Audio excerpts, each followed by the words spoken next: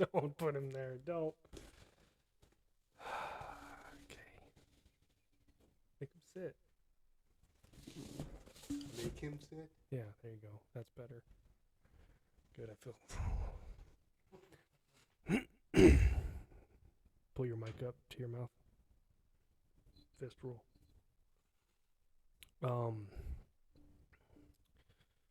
Yeah. Hello, people. This is episode 200 of Street Smart Christian. We welcome you tonight. Because, okay, this is weird now.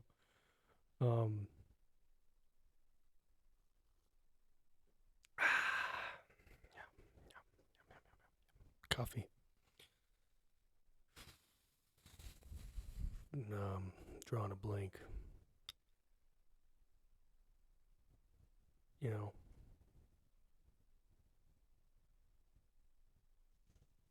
It's been good. It's been real. Yeah, all right. Thank you, Jesus. Yeah. Here, we can. How was that conversation with Jesus? It wasn't. There was no. It was really one-sided. He's a good listener. Yeah. I didn't have anything to say, but here we are on episode 200.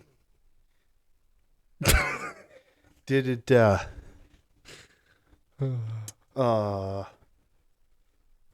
was it still, like, awkward, even though it was a cardboard Jesus? Yeah. Like, What do you mean still awkward? As if I mean, what else? what if would it, be the difference if, like, he appeared and sat if it was here? real Jesus? Yeah. I would just. I'd pull a Peter and say, Lord, turn away from me. Oh, I thought I'm you a sinful man. That's Not- way different, yeah, Peter, than I thought you were. I thought you were going to be like, who? I Ooh, don't know, Jesus. who's Peter? No, remember when the rooster crowed 3 times? Oh, that part. Yeah, that we don't like to talk about that, Peter. Well, same guy. Yeah. No, man, shoot. This week has been one for the record books. Yeah. A lot of self-reflection. I don't know about you, but Yeah. you know, in moments where you're like, what do I do here? When you stop and you think about yourself and the things. Oh, sorry. This is probably my iPad. Is it? Oh. You know, I self-reflect on my own past and upbringing, and there's a lot of stuff to unpack there, Yeah. you know? Whenever do you ever do that? You ever sit there and, Oh, for sure. you know, go back as far as elementary school, you know? When you're a kid. Did you get in trouble as a kid in elementary school? No. Never? You were a little saint? No, but I didn't get in trouble. No? Never got suspended as a kid? No, definitely never did. Ever. Never in middle school? No, I High never school? been. No. Yeah. No, not in high school, not in middle school, not in elementary school. I never was suspended. I've had detention. Yeah. I did in school suspension. That's suspension. Not in the light that you're sent home. ISS? Yeah, but you're still in school. OSS? No OSS. Well, let's do a little exercise here. Okay. Think back as far as you can to the first event in your life. An event, something that in your mind, okay, yeah, thinking back, I can think of like 100 for me, but think of one event that, think of it, tell me when you got it. I don't know if you want me to talk about it because I feel like this event, like, is pretty huge. Was it? Okay, all right. Well, you got your event. Yeah, but I want you to talk about yours first. Hold on. I'm doing an exercise. Okay. You got that event in your brain? I already Okay. did. Now think about the story behind that event. Okay, I did. Okay, you know the story. Yeah, How much of that story would you say is accurate? 100%. Really? You're talking about a monumental event Yep. Something in that's my life Yep. that happened, and it's accurate, and it still sticks to today. You think 100% the story behind that is 100% accurate? Yeah, because it's still happening. So, when it comes to stories, you know what they're made up of? What? Assumptions. Oh boy, How accurate would you say assumptions it are? makes an ass out of you and me. Well, yeah, we're donkey. Okay. Right. Okay. So, with that knowledge, Okay. my uncle's calling me right now. Yeah. With that knowledge, you know Mhm. those stories that you made. How much of that story in your head would you say is truth or a lie? It's all truth. Okay, so the story that you, okay, how much of it is positive or negative? It's all positive. 100% truth, positive truth? Yeah, because it was only up from there. Okay, well, no, we're just talking about the event, Yeah, right? the event was 100% truth, 100% positive, 100% on the up and up, and 100% benefiting for me. Okay, that's good. See, that's something unique because for some people, events Yeah. But become. However, the event that I'm thinking of doesn't happen for everybody. It happens to some. Right, And there's right. other people, but not everybody. And even those who went through an event like me, it didn't work out. Okay. It probably might have been negative. For some people. Yeah. But for you, you take it as a positive Oh, for sure. truth. Truth was the basis for the story that you developed, right? Mhm. As a kid, right? How old were you at this time? 6. 6 years old. Dang. Okay.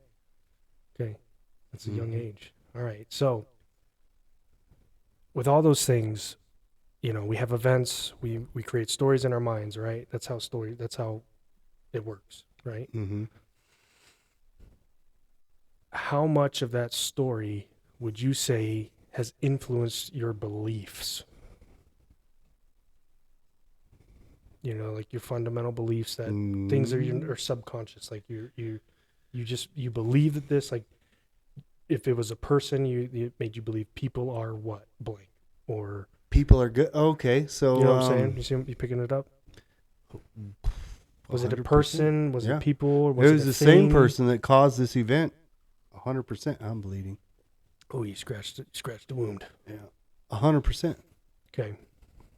So then, with that,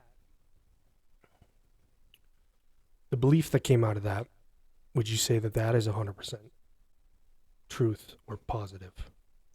Or there's I would some say lies? what I took out of that, not out of the person that gave it to me, but the outcome of everybody else around. Did the outcome happen right away Yeah, for me, but it was. for those around you that you can think of? Well, I don't know if I'm thinking of this the right way. I would say the outcome of what the event and the person involved in the event instilled in me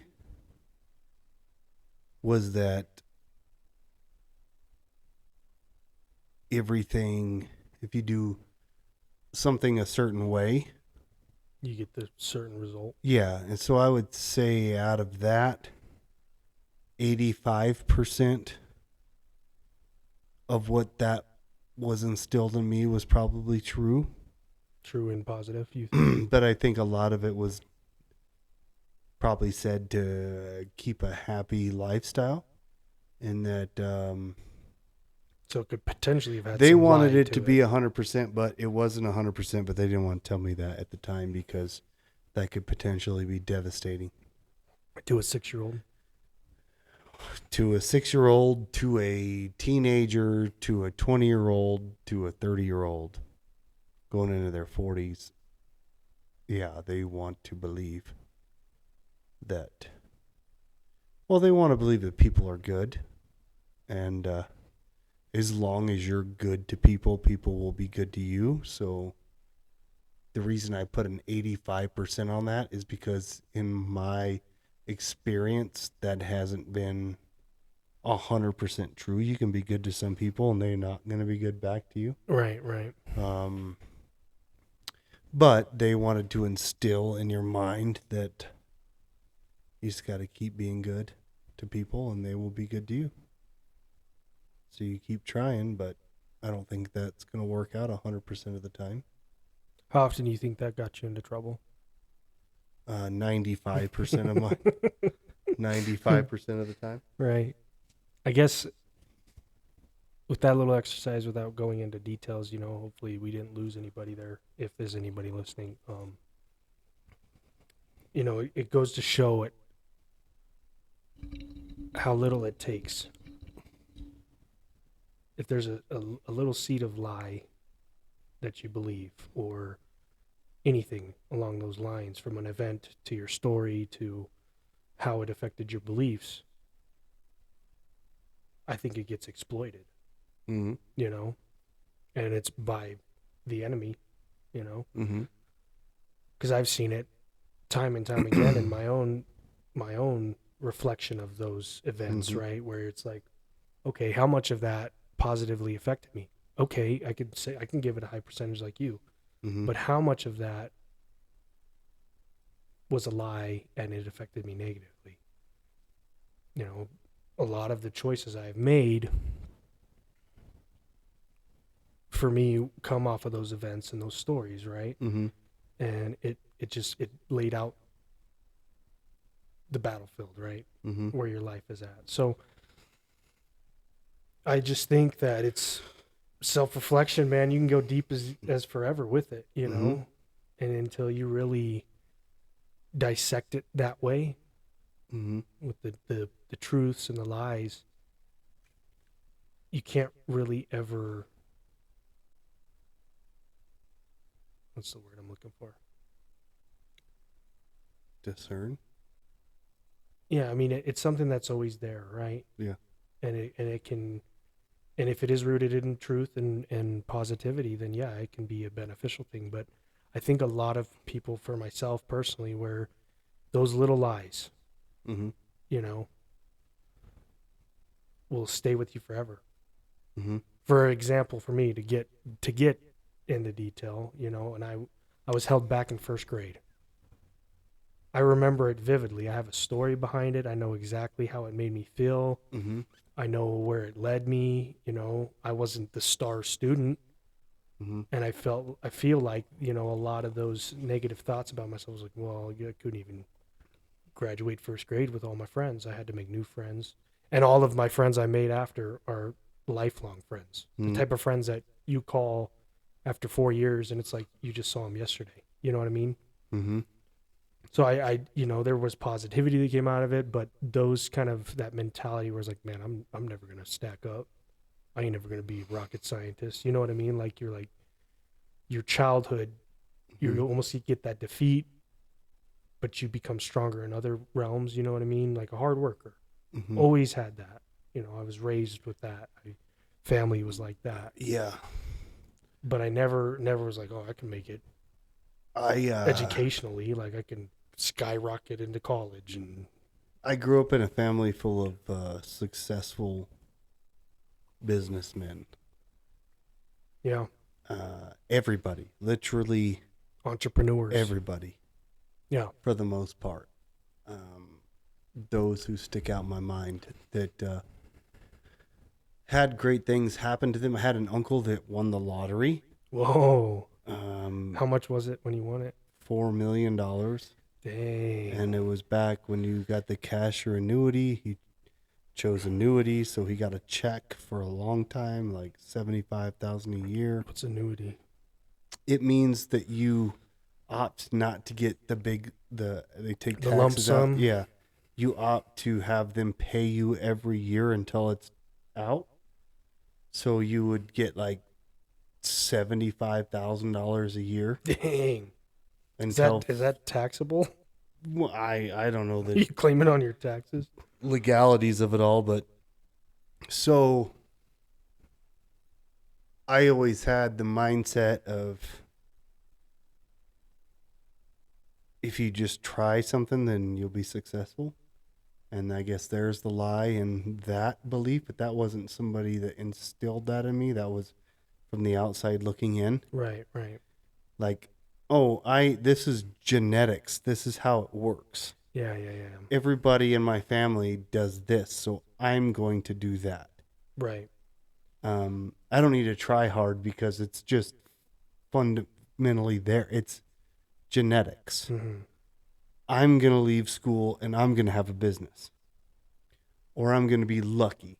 Right. Well, 40 years is about approaching and I've had none of that. Yeah. I've been blessed Guess that because I depends had on family members that were business owners that chose to, faithfully employ me. Yeah, that depends on how you define luck, I guess. Well, yeah. And so when it comes to that, my entire childhood was based on success. So growing up, I didn't have a single aunt or uncle or somebody who, well, I can't say I had one, but everybody was married. Everybody had a family. Everybody was successful in their business, or what I defined as success. Right. And so I thought, this is a no-brainer. I'm going to get through school. I'm just going to skate through it, and I'm going to have a family, and I'm going to have success. And so that's what I aimed for. And How much work do you think you put in? a lot. And I put everything into my first girlfriend was going to be my wife. Right. And we're going to have a family. Those are like absolutes, right? Yeah, and so I just really drilled it into that, doing it not the biblical way and not under the umbrella of God or any of that. I just said, I'm going to take the reins. I'm going to do this. And it failed. Yeah. That stung. Failed. But then I thought of some of my family that, well, they've been divorced once or twice. They failed. So let me just try again. The next one. Put all your chips in. Like if you're playing Texas Hold'em, I'm all in. And somebody else drew the straight aces or a royal flush. And I'm like, and all I had was King of Hearts. King of Hearts, or if whatever it is. And okay, well, all right. Well, there's somebody in my family that's been married 3 times. So let me try this again. And then I got a little taste of it and got married, and I thought, this is it. Mm-hmm. This is it. Maybe I was just too, running out too fast. But now I'm in my 20s. This is the way life is supposed to go. I already had a daughter, and she was 3 or 4, and I'm getting married now, and we can be a family, and I can have more kids, and I'll be a young dad, and we'll be a happy family. 2 years into it, I'll come home to divorce papers, and that's when life really kicked me in the chest, and I'm like, I didn't want to be anything of my past, oh my God. And then that just did the downward spiral, but I still had let's try again, and try again, and again, and again, and again. Mm-hmm.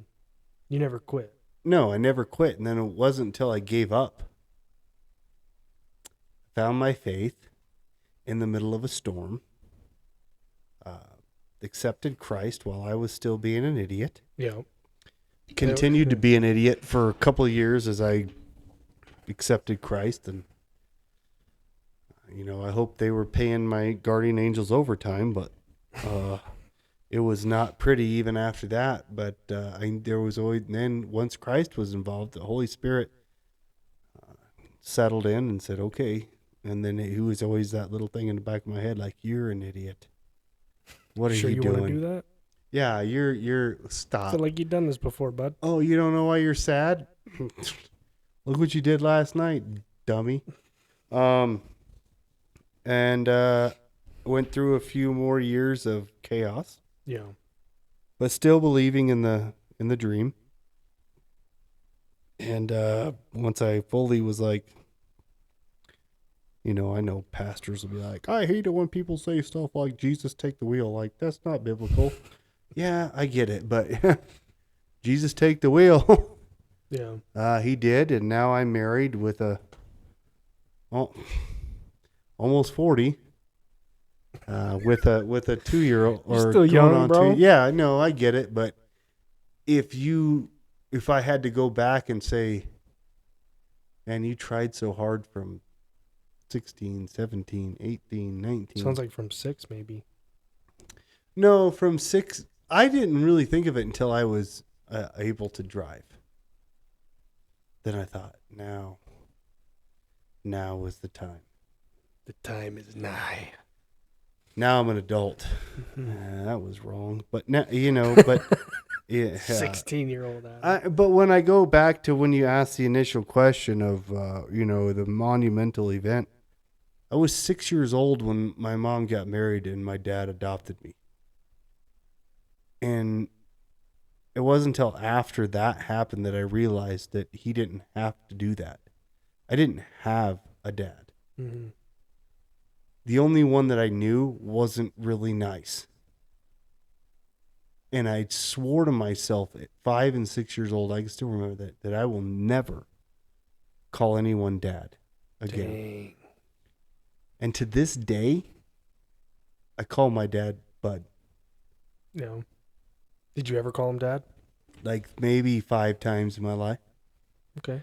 He adopted me, and he said on the day that we went to dinner for the adoption party, mm-hmm. He said, look, man, because all my aunts and stuff are like, he's your dad. Call him dad. Call him dad. Call him dad. And I'm like, I just met this guy. No, Aunts on your mom's side? Yeah. And my dad came up to me and he said, listen, you don't have to call me dad, but I'll always be your bud. And then I'm like, okay. Nice. Yeah. So then that's been it. But he has done nothing but be there and still, no matter how bad I mess up, yeah, he'll come through and be like, hey. My mom will straight cuss me out. My dad will be like, hey, man. Like, there's never been that, like, well, you're not my kid. Yeah, dude. You're not. Imagine having that. You're as a not. kid. Yeah, like, that's your kid. Like, tell my mom, like, he's never made me feel like that. Like, I honestly feel like I am his. Yeah. And he's never, the only thing, like I said, the only thing that he's ever painted a picture is that if you're good to everybody, they'll be good to you. And that guy said, you mention his name anywhere in this community, mm-hmm. and they're like, yeah, he's a great guy. Yeah. Like, I don't hear stories of, oh, like it's always, and he's always instilled that into me, and it's my own. But he's always had great discernment. Like, he only surrounded himself by people that were positive. Yeah. And I would just try to make people positive, and they're like, nah, I'm still going to be a douche.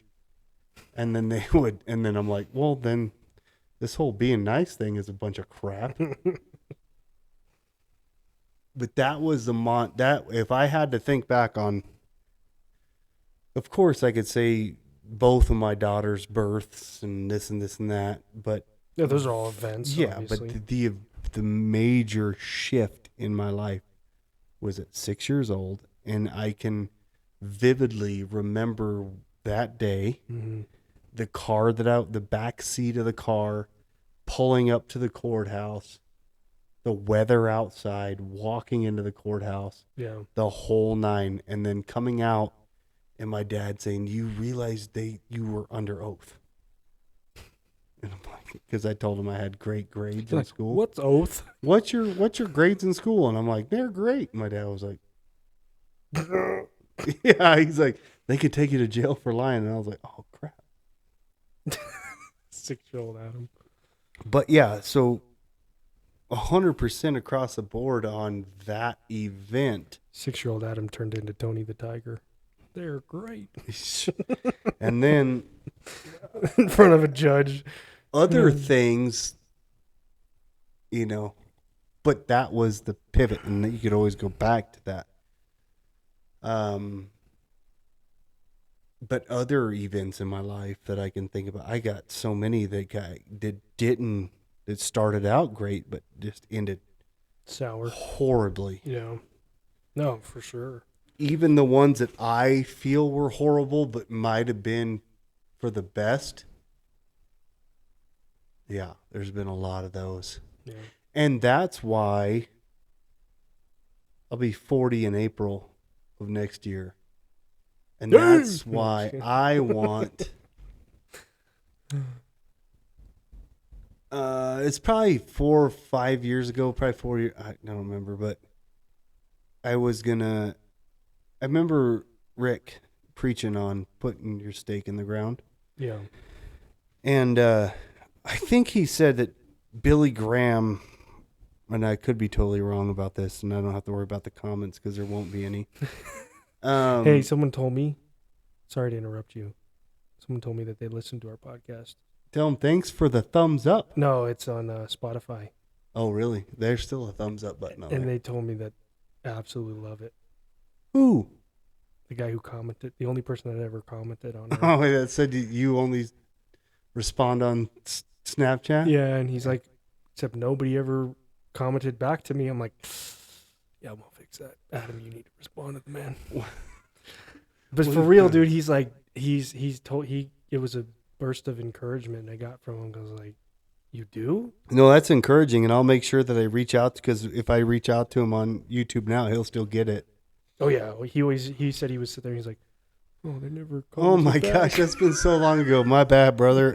If you're listening on Spotify right now, I appreciate that, because I do notice I watch the algorithms on YouTube and Facebook, TikTok, and Instagram, and then I have an RSS feed. So in order to get on Spotify and Apple Music and all that, you have to pay a subscription to a publishing company that puts it out there. And so I pay, and it's not much. It's like $60 a year. You rip the MP3 off of your thing, and then I put it on there, and then they send it to everywhere. All the streamings. And Spotify and Apple Music and all, they don't charge a lot to have it on there. So they put it out there, and then I just click, publish, and then click out. And then I look that they have analytics and everything. Mm-hmm. I'm like, oh, one day I'll click on that, and they're probably way better than everything else. Maybe, yeah. And that's where like New Zealand and Africa and everywhere else comes into play, because that's where it's being streamed, and it's not huge, but yeah, I know Spotify. Sometimes I just go on Spotify just to see our logo pop up. Like when you're on Spotify and you click through, and all your favorite bands' album covers come up, or Joe Rogan's picture, and then I'll type in ours, and it's just our logo, and I'm like, and then I listen to the first 30 seconds of it, and then turn it off like everybody else does. No, not this person. And then I'll go to Amazon. We owe him a shirt, bro. And I'll go to Prime. Yeah, I'll go to Prime and do the same thing. Pops up our logo. Apple pops up our logo. Like now, it went from you had to type the whole thing out, Street Smart Christian, to find it. Now you just do Streets S, and then it's like, boom, it's right there. Oh, so people are looking it up to where it's So yeah, thank you to all of our audio listeners. Apparently they like that better than looking at us. So I don't think everybody works night no, shift. but they do the same thing that we do. We put our headphones in and we go to work and Yeah. we listen. So thank you for listening. And we will take care of you. But putting your stake in the ground, a Sorry, few we're years back on ago, topic now. I went out after I heard that sermon. I went elk hunting and I went up into the mountains and I thought I was putting my stake in the ground. Yeah. However, I didn't really understand what that meant. At the time. No, I just thought I was going to put this like imaginary stake in the ground and proclaim Christ and this and that, and I'm going to go be holier than thou and tell everybody I'm doing this and that, and everybody's just going to greet me with open arms and it's going to be great. But I still wanted to live my lifestyle, and that did not work out. This is before I was married too. And so this year I prayed a lot and I said, I'm seriously doing this now. And since I made that, You made that covenant. it's not been good for the past few weeks. Yeah. Satan's like, no, you're not. And I'm going to send my little minions after you. And I use minions lightly because minions are the little cute yellow guys. I'm not talking. But Banana. yeah, it's not easy. And I now know that I have to do this seriously. In the fire, though. But with that being said, what does putting a stake in the ground for you look like? What does that even mean to you? When I say that because I just say I'm going to put a stake in the ground. Like that could mean 100 million different things to you. Like I'm going to put my stake in the ground. I'm quitting my job and I'm just podcasting 24/7. Or that could mean that I'm putting my stake in the ground and I'm done with the nonsense. Yeah. And I'm dedicating my life to Scripture. Yeah. My family, my wife, to what we're doing here, and I'm focusing 100% on that and not on stupid stuff. I mean, I know what it means to me to make this covenant with God that says, God, you've brought me this far. Yeah. Now let me do a solid to you, which God doesn't need me to do a solid. Yeah. Yeah. God doesn't need me to do anything. Right. And I know that, but I'm like, okay. And God's like, oh, so you haven't been taking it serious this whole time? Like, no, this is me putting a stake and saying, all right, I got to be more of a voice. I can't be ashamed of the gospel. Street Smart Christian's whole foundation was built upon Romans 1:16, for I'm not ashamed of the gospel. Yet, so many times, I can't speak for you, but for myself, when the gospel can be presented, I zip this shut. And I say, well, hopefully I'll pray for him. Same, bro. So the foundation of Street Smart Christian was founded upon Romans 1:16, for we are not ashamed of the gospel. And so I got to walk that out a lot more, and I've got to be a better husband. I've got to be a better father to both of my daughters and guiding them closer to Christ instead of just hoping they'll figure it out. I got to be a better husband of being a leader in my home and not my wife being the one. Yeah, it starts at the home, right? Yeah, so I got to go, and I'm not saying that, oh, well, I'm just going to be lazy up until I get to the mountains and pound this in the ground. Like, this is not something that I went home and built this golden stake, and once it's in the ground, lightning's going to strike. It's going to be like that movie Powder where I just fall face into the water, and it's like, ah. I don't know if I remember that, but Wait. I get what you're saying. But it's got to be life-changing, and Yeah. it's scary, and I mean, it's not going to be easy, Right. But I know I got to do something for myself because what I'm doing now isn't working, and I've been blessed with everything that's been presented to me. And in a sense, I feel like I'm half assing it to my people out there that know what we're talking about. I think everybody knows what that means. I know, but that's not usually the terminology in most Christian podcasts. Yeah, no. But it's real, and that's what we're about. It's real. I want to focus more on this podcast being about two guys that are just like everybody else. Yeah, transparency, bro. Instead of trying to be like the other Christian podcasts that have been scripted and well versed. And they're like, whoa, Trump, and it's like, How did that go? And I'm like, because it's not easy doing this, what we're doing on social media. It's not easy doing this on YouTube. Everybody that we look up to and follow are not Christian podcasts. They're not, and they're very successful. And I think we hang our hat on like, well, why aren't we? Mm-hmm. Well, because they hated Christ first. Mm-hmm. And so I think it's time for this podcast to step it up. We're going to ruffle a few feathers. We're going to get into some more controversial topics. Yeah. Because, I mean, at this point, we can't go any further down. We gained one more follower on YouTube, though. Nice. We were at 400. Now we're at 401. Yeah. I don't know where they came from. A shout out to you. Shout out. But you can't. I mean, if we're going to do this, we got to put our stake in the ground. And I'm going to put out more shorts on YouTube, more things, and we're just really going to stick to biblical truth. And we're going to put our interpretation on it, which don't take us for 100% on whatever we say. Please don't hang your hat on our ministry, but if it's something that helps you grow a relationship with Christ, follow us for this journey.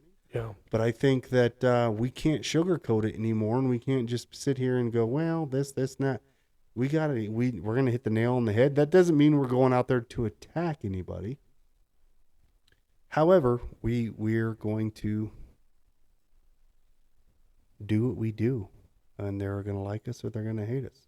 Probably hate us. I'm leaning more on that post. Yeah. But the guys we look up to and the guys that we study with, they keep it 100.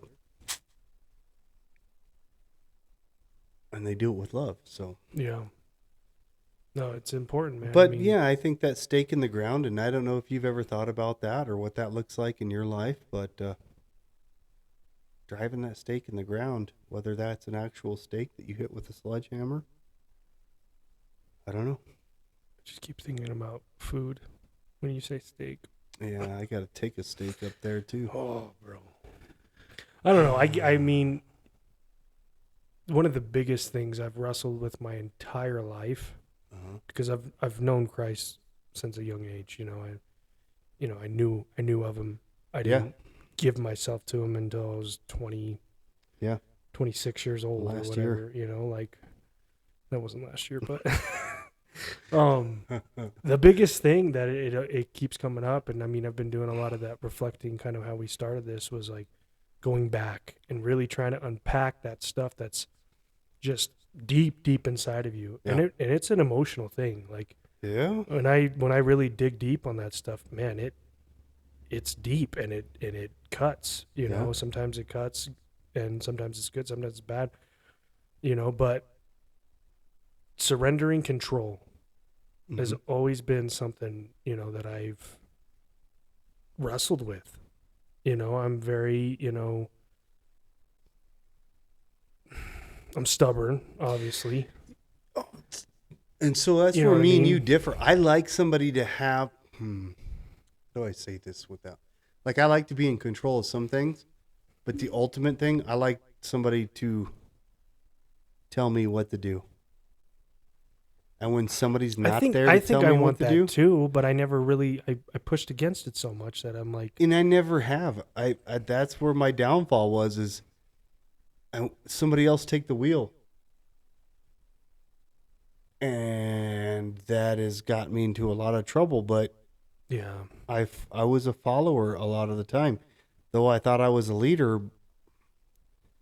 I mean, wanted somebody else to take control. So, like, even when I got married, I looked at it like my wife's got it all figured out. So take control. right, Tell me what to do. yeah, And she's like, no. You're the boss. And I'm like, I don't want to be the boss. Can you please be the boss? yeah. And it's scary. It's so scary. I mean, I'm going to be 40 years old. I'm going elk hunting. I'm driving myself up there by myself, and I am terrified. Really? Yeah. I don't know why. Like, I'm like, no, nobody's going to go with. I mean, my brothers, my mom and dad are going to be up there. Mm-hmm. But I'm like, I get it. No, I get it, dude. I am Daniel going into the lion's den, and I'm like, Mm-hmm. I can't. I mean, it's the same thing when I didn't have work for a week. Yeah. I sat at home staring at the floor like, what am I supposed to do now? Mhm. Yeah. Because I'm so into a mindset. When I go to my job, my boss tells me what to do. Yeah. When he doesn't tell me what to do, Oops. What did I put my hand? yeah. Yeah. No, And now, I get it. so Friday morning. But see, that's surrender there too. Yeah, I know. It's, you know, mine is control and surrender, but yours is trust and surrender. And so Friday morning, I have to be packed up and head out. And I'm like, what am I going to listen to? I hope there's some good podcasts on. There's Like new content out there. And I guarantee you, 90% of that drive will be in silence. Yeah, you better download some And I'll be like, stuff. No, it's not because of the service. It's because I won't even turn it on.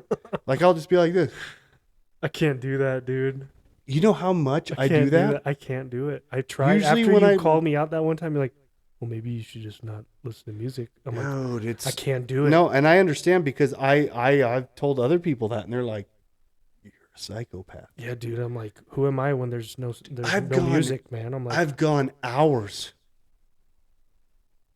and just been like, and not even in my thoughts. well, you are, but Yeah, but I don't remember any of them.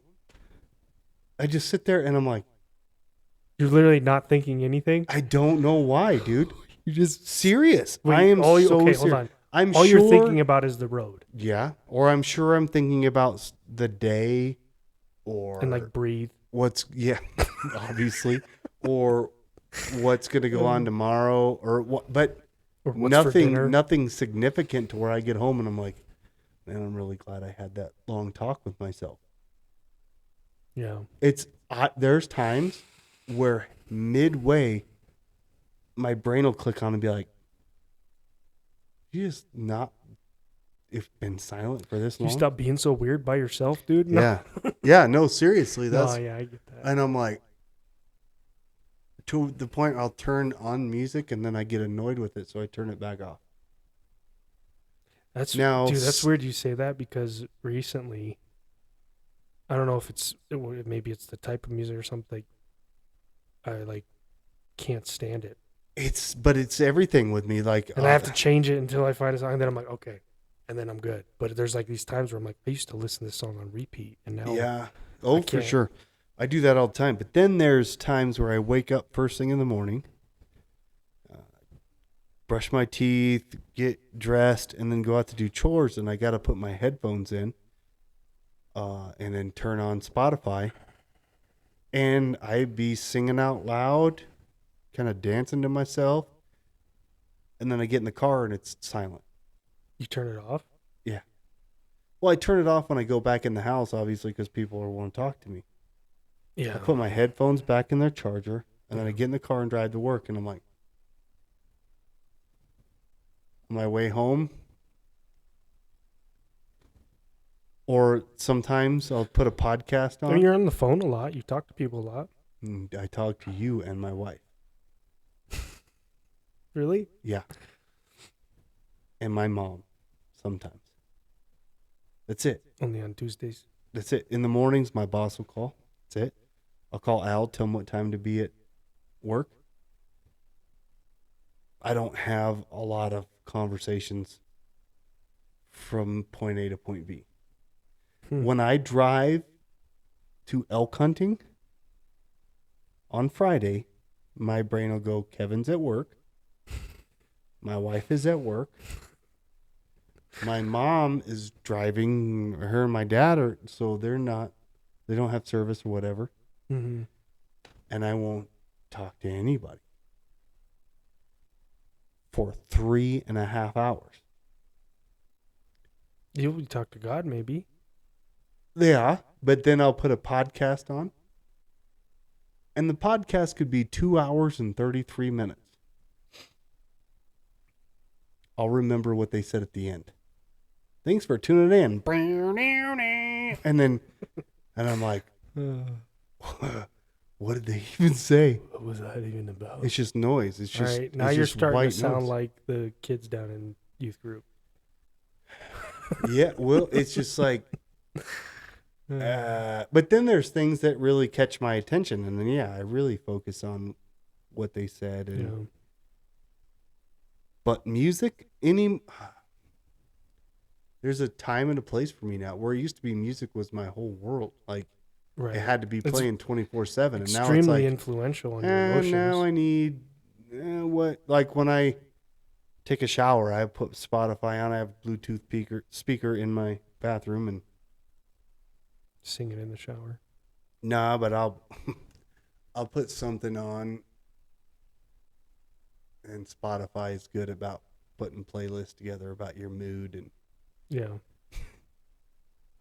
I used to it'd be loud, and then I'd get out of the shower and get dressed, and my mother-in-law's in the kitchen like, what are you listening to? like, yeah, because everybody in the house could hear it for Paper sure. thin walls. So now I'm like, okay. Like, I'm going to turn it down a little bit. Yes. Turn the Slipknot down. And I know the other night when I think Jack's was taking a bath. I don't know if it was a shower maybe. mm-hmm. Sometimes I'll put music on the Bluetooth speaker because I don't do it during the morning because my aunt's still asleep, right? And I guess the song came on because, he has a playlist and he's added almost all the songs to it. Mm-hmm. Some of those are pretty cool rock songs, And my aunt's like texting me and she says something out of the blue and I'm like, whoa, what does this mean? And then I respond and I send this whole paragraph and I'm like, responding to her thing. She's like, oh, I was just kidding. I was just going off of that crazy devil music you were listening to. I'm like, what? I'm like, no, that wasn't. She's like, but thank you for that paragraph because it, but it was. I was like, dang, yeah, maybe I need to. Yeah, because so many of those good. Oh man, I'm thinking so many things I could text you that I hear on a good song, and you'd be like, "Hey man, listen. I know you're going through something right now, but this is not the answer." Like, hey, like, oh no, dude, that's just this song. Let me share it with you. And I'm like, oh, that's a good song. Because I do that a lot with my wife. So stupid. You say you no, I don't text her the lyrics of a song. No, I used to be like that. Yeah, but not with my wife because she doesn't. I would with somebody else because I know they listen to that and they'd be like, "Oh yeah," but she would be like your aunt, like. I was just kidding. Yeah. So like, whoa, you've never joked with me like this? No, so what I'll do is I'll go in my office and I'll sit in my computer chair and she's like, "Oh, are you okay?" And I'm like, "Yeah." Oh. Me. And then I'll play a song on Alexa or whatever. Oh, you have Alexa in your house? Yeah, I got Adam. I got an Alexa bubble. I ain't never coming over. What are they gonna listen to from me besides this? Russia needs this. China needs this. Good point. So, and Alexa gives me my Bible verses. He pointed at the Bible in case you guys are listening to the audio. Yeah, and Alexa every morning at 5:30, Alexa says, "Are you ready for your Bible verse?" And I said, "Yes." Are you Alexa? And then it says a Bible verse, and it says, Do you want to continue with another? So yes, and then we'll do another one. But I'll say, Alexa, play, this song. And my wife's just like, what are you doing? And I'm like, Snuff. have you? Yeah, or Slipknot. yeah, that one, or Breaking Benjamin and Lacey Sturm. They do Dear Agony, Yeah. and I'm like, listen to the song, and she's like, oh, that was nice, and I'm like, that's my life. Oh, that's sad. Wait a second. Or Snuff, or anything, and she's just like, well, I'm gonna go finish the dishes now. And then I'm just like, Sitting there in mourning. yeah. Hey, man, what was the thing you said to me today? I loved it. Oh yeah. For joy, Pain comes in pain the comes night. in the night, but joy comes in the morning. Yeah, and so as much as I've tried to look into that and make it to what I wanted it to be, and you know where I thought of that for the first time ever was when, were you in the Easter play where we all had to wear the robes the first time? No. Because Josh, I wasn't there when he was. yeah, so that was the first time they asked me to narrate, but I wasn't off to the side narrating. Like I had to be at the pulpit and narrate, like I was a Southern Baptist preacher. Yeah, and so yeah, they you really told wanted me me about this. to, and that was one of the verses. And I said it, and then I was like, oh, must be what it means. And stop telling people that, because that's not it. And then I look, and then I'm like, yeah, but it has to be. But then you read, it's not even spelled that way. And I'm like, Well, yeah, but it's a spin on it. I mean, it's so not that you're changing so this anything. is my perspective. This Lay- is not lay it biblical doctrine. This is not theology. This Lay is it not on the 'em. hermeneutics. Lay it on them. But pain comes in the night. You're hurt. You're down. You get it out, and you're crying and you're mourning. And through that all, joy will shine through. Get it out there, and joy will come. Everybody always says, you can only go up from here. You can only blah, blah, blah. Well, yeah, you can't do that if you sit, sulk, and sour, and you just hold it all in. Yeah, Let it bottle out, it up. and there will be joy through the tears. There will be a light through the darkness. There Yeah. will be light. There will be joy in your mourning. And right now, Reformed Wiki's like, and you do not want to listen to them ever again. It took a man 10 years to dig out of the prison. Took Andy Dufresne only 1 year. I don't know. I think there's something in that because, yes, okay, in the morning, you get through the night. The morning, there's light. But when you talk about mourning, you lose a loved one. If you do not mourn them, Yeah. and you do not let that natural process come through and you stuff it down, it'll come out whenever. Yeah. And in those situations, it doesn't come out conveniently. Yeah. You could be in the middle of a presentation at work or doing whatever, and then you just break down. You know what I mean? So if you don't let your body process the pain that you've gone through, Mm-hmm. it'll do it for you Mm-hmm. eventually. And that could be Christ-led. I mean, the Holy Spirit, if you have the Holy Spirit in you, that could be pushed out at the perfect timing because everything with God is perfect timing. But for someone that doesn't have that, the belief or the trust in Christ or the Holy Mhm. Spirit, and I think everybody can agree that in those moments when you stuff that stuff down, because the world tells you to do that, don't Yeah. share your feelings, especially men. Don't share your feelings. You'll come across weak, and then it happens when you're hanging out with your bros, and they're like, "Bro, what? You sissy?" You know what I mean? And it's like you have to accept stuff, Yeah. and that pain that you go through, and that moments that cause that. With Christ, they're all good. Mm-hmm. It doesn't feel good, but pain is something that is good. Mm-hmm. There's so much you can take from that. And if you run from the pain, it'll always catch up. Mm-hmm. You know, and I don't know. I think it's powerful. That stuck with me today when you said that over the phone. I'm like, man, that's really cool. I like that take on it because, I seen it on a meme. hey, man, I'm just kidding. No, I said that for a couple of years and yeah, it's good. kept it quiet for a little bit because some guys were like, Are you able to read?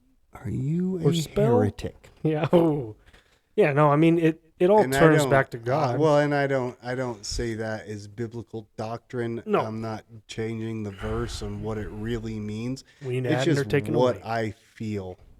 No, and there's value in that. And you that's know? not hermeneutics. That's not the truth of that verse, but What's hermeneutics? truth, biblical truth. What? Who's Herman? He was a nudist. That's a cool word. I'm going to use that.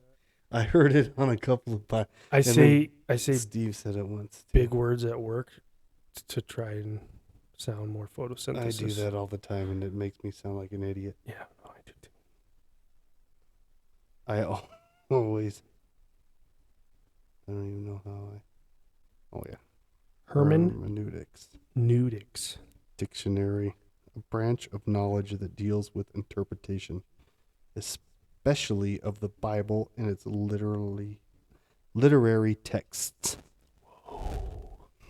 So what the verses say, what they mean. Hermeneutics. Is it Hermeneutic. nudix or Hermeneutic. new ticks? Sorry,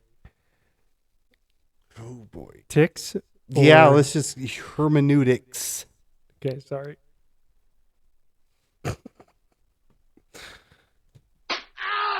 Yeah. I said hermeneutist, and you were like, "Does it say dicks or?" Don't worry, I'll bleep that out. Oh yeah, can you bleep that? Oh, for sure. You gotta just bleepity bleep bleep bleep bleep.